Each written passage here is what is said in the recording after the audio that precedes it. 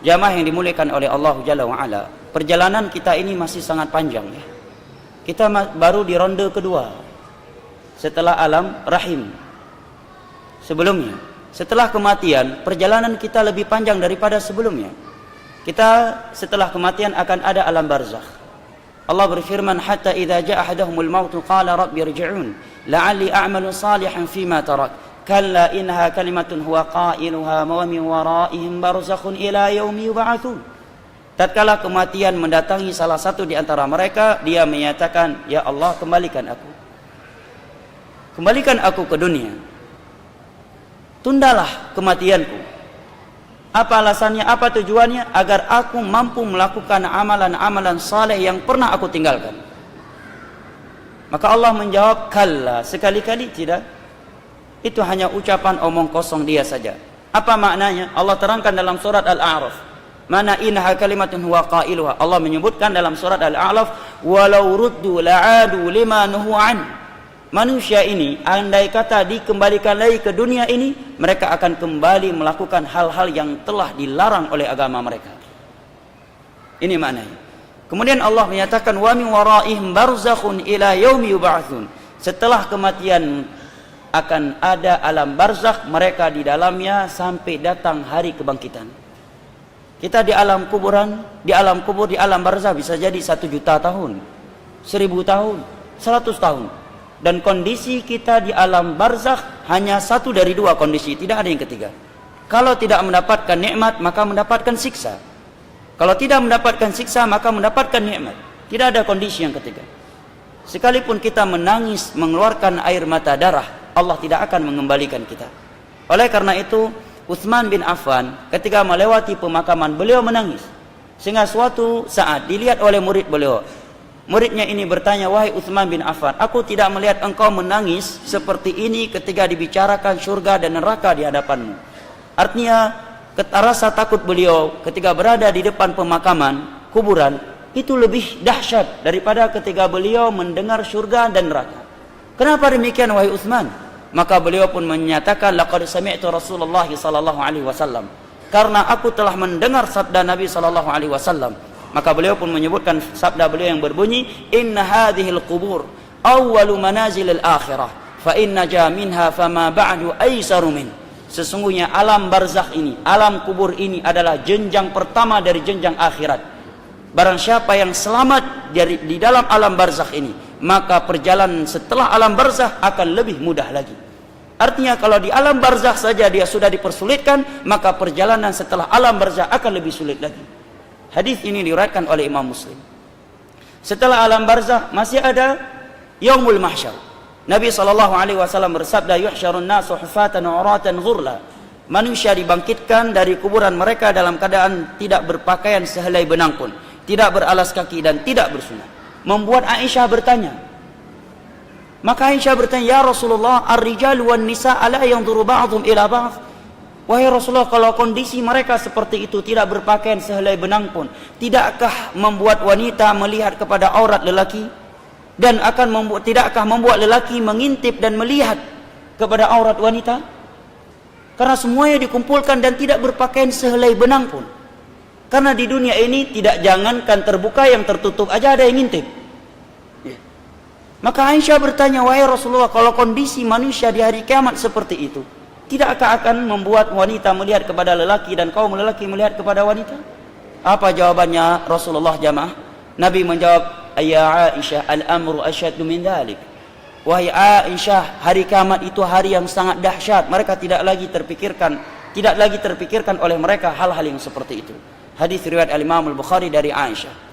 Di dalam hadis Miqdad bin Al-Aswad yang diriwayatkan oleh Imam Muslim, Nabi menyebutkan tudna syamsu minan nas yaumal qiyamah qadral mil. Matahari di hari kiamat didekatkan dari manusia sejarak 1 mil. Makna 1 mil di sini dari ulama hadis ada 2. Yang pertama, mil, ukuran mil yang dimaklumi dalam ukuran tanah. Berapa jarak 1 mil? Dalam ukuran berapa 1 mil? Berapa ribu kilo? Setengah kilo. Taib, al-muhim 1 mil. Ada yang mengatakan 1 mil di sini adalah 1 mil jaraknya ketika seorang menggunakan celah. Artinya sangat dekat matahari darinya. Kemudian Nabi menyatakan manusia pada hari kiamat, ada sebagian mereka keringatnya sudah sampai di kedua mata kakinya. Ada yang keringatnya sudah sampai di kedua lututnya. Ada yang keringatnya sampai ke pinggangnya. Ada di antara mereka yuljimul araqu iljaman, sudah tenggelam dengan keringatnya karena banyaknya dosa yang dia lakukan ketika di dunia.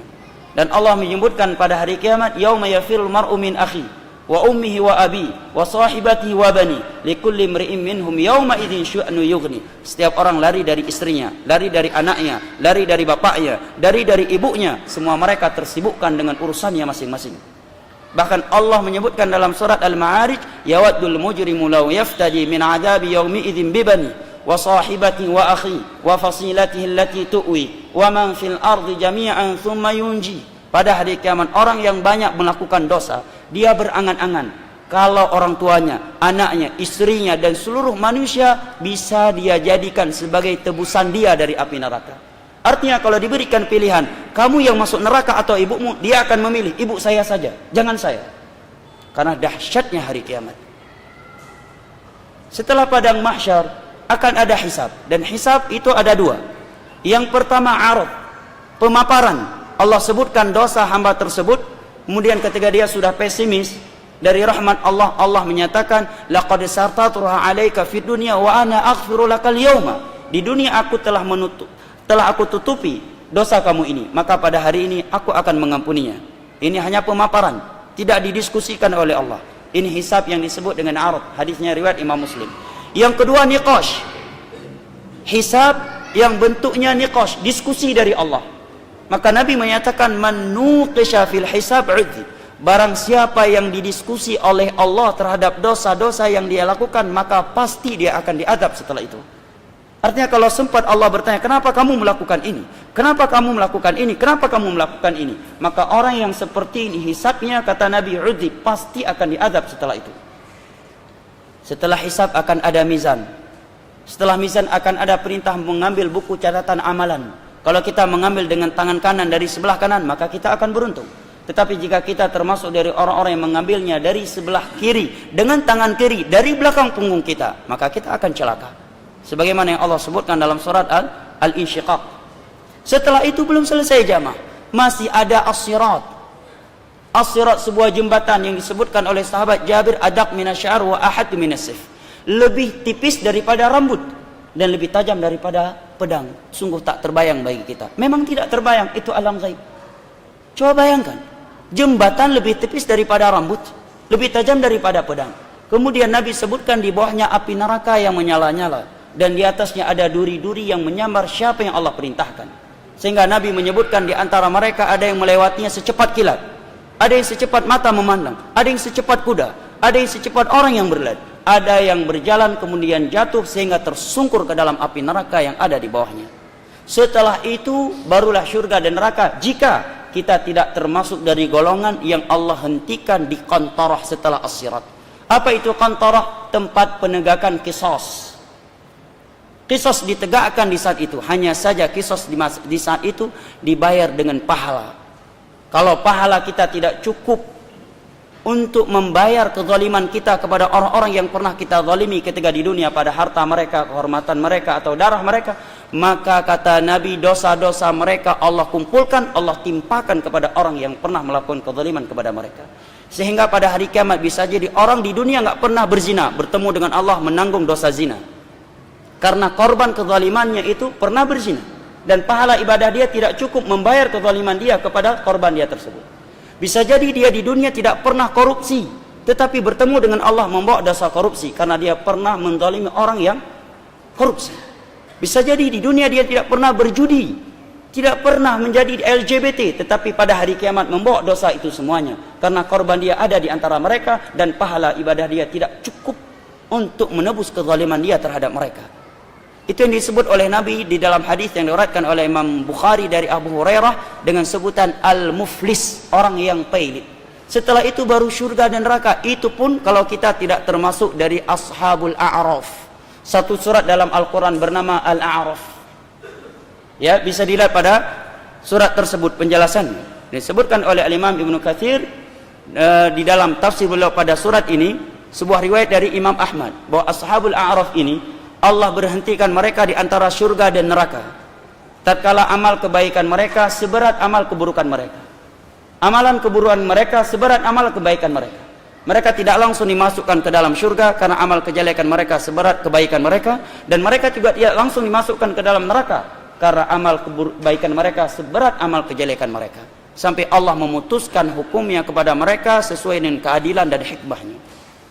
Setelah itu baru surga atau neraka. Dan yang masuk ke dalam neraka itu ada dua jenis manusia. Yang pertama, dia masuk dan tidak akan keluar darinya lagi, yaitu orang-orang kafir atau orang-orang muslim tetapi melakukan pembatal keislaman dan belum bertobat darinya ketika mati. Yang kedua, mukmin yang bermaksiat, dia masuk ke dalam neraka hanya mampir, dibersihkan dari dosanya, setelah bersih baru dimasukkan ke dalam sebuah sungai yang dengan itu dia akan suci, kemudian dimasukkan ke dalam surga. Apakah kita merasa tenang mendengarnya? Andai kata kita mampir satu hari di hari kiamat, paling pendek Allah katakan seperti 1000 tahun di dunia ini. Sebagian hari yang lainnya Allah menyatakan khamsina alfasana, seperti 50.000 tahun di dunia ini panjangnya. Siapa yang mampu bertahan? Berarti kalau kita mampir dalam neraka 7 hari, berarti maknanya kita telah disiksa, dibakar dalam api neraka selama 7.000 tahun. Itu paling pendeknya.